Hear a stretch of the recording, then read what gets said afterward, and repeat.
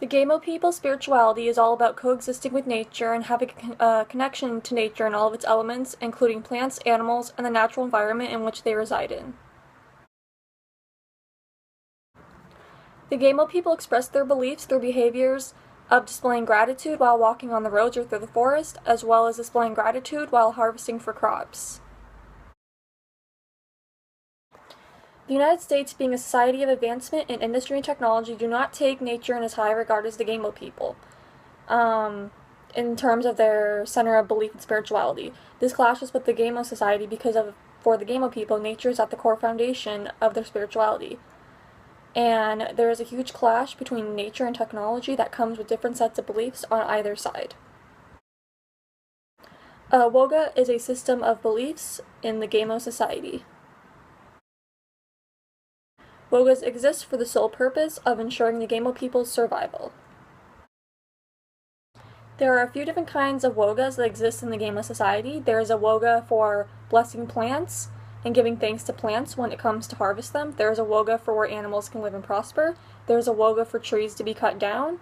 And there's a woga for people to have relationships with other people, such as marriage. There has been an increase of Protestant missionary organizations that have caused a lot of turmoil for the Gamo. Every community consists of a Protestant church, which has caused lots of people, especially young people, to convert to Christianity. There is a clash between the spirituality of God and the spirituality of nature. The churches are built on sacred grounds that establishes a further rift between the two religions. The proselytizing of Christianity has affected the spiritual beliefs and cultural values of the Gamo people because, as quoted by ecologist Leah Sandberg, it is incredibly disruptive to not only the spiritual lives, but relatedly to the people's working lives and community lives.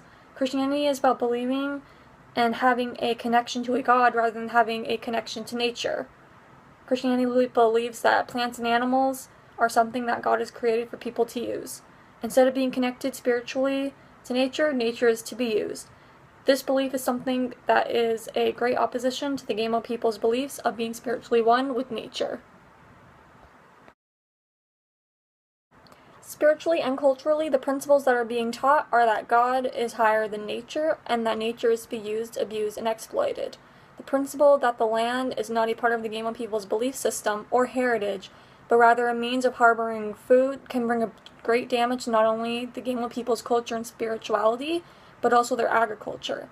These principles of land, plants, and animals being used as food rather than as a belief system is much similar to how the United States society views nature. The origin of the Green Revolution in the 1950s and the 1960s were to maximize agricultural output. This was to help solve the overpopulation problem and to be able to feed massive amounts of people by using only a small amount of land. And pesticides and fertilizers were some of the technological advances that were introduced during the Green Revolution. Not all Africans are welcoming of the idea of the Green Revolution technologies such as Agra. Many Africans feel a sense of skepticism towards the project. A networker for eco-farming in Africa named Samuel Mahunyu states that the concept in itself is foreign, and if anything, this is a behind-the-scenes, corporate-driven process.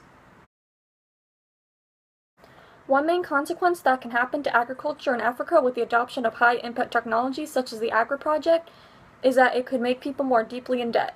There would be a reduced income for farmers in which they would have to get a loan from the bank in order to pay for their chemical sprays for their crops. However, there could also be a chance that there could be an occurrence that can happen that the farmers have no control of, such as the weather, that could kill off the crops. And if the crops die, then the farmers have no way of paying for their bank loans that they took out, so they would have to sell their animals to compensate for the money, which makes them more deeply in debt. Resilience and diversity are important principles for coping with agricultural crisis and extinction in nature. Crops have adapted into varieties of their own plants. For example, there are 60 varieties of barley and 12 varieties of wheat. Having diversity helps to prevent extinction because if one type of plant dies because of, say, weather occurrences, the rest of the plants will sustain because they are not the same as the first plant that died. Agricultural diversity is linked to cultural diversity. There are 54 African tribes that come together every year to celebrate their heritage and culture at a festival called the Thousand Star Festival. Each tribe shows their connection to the environment by wearing animal skins, horns, and leaves. The Gamo people only take what they need in order to survive, but do not continuously destroy massive amounts of plants, trees, and animals.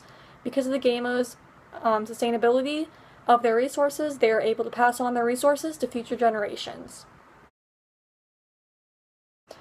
I think that the three elders from the Gamo must have experienced culture shock when they first came to New York City. New York City is completely different from the Gamo society and the environment, being more technologically advanced and having less nature. There are cars and tall skyscrapers that look different than the huts that the Gamo elders resided in. The elders must have felt a lack of spiritual energy with nature because there isn't much nature in NYC. There are also different ways that people interact in NYC compared to people in the Gamo society. In NYC, people are more in a hurry, and are less likely to communicate with others and other strangers because time is of importance in the United States, while in Gamo society, people sing and dance and spend time with each other, especially at the end of the day.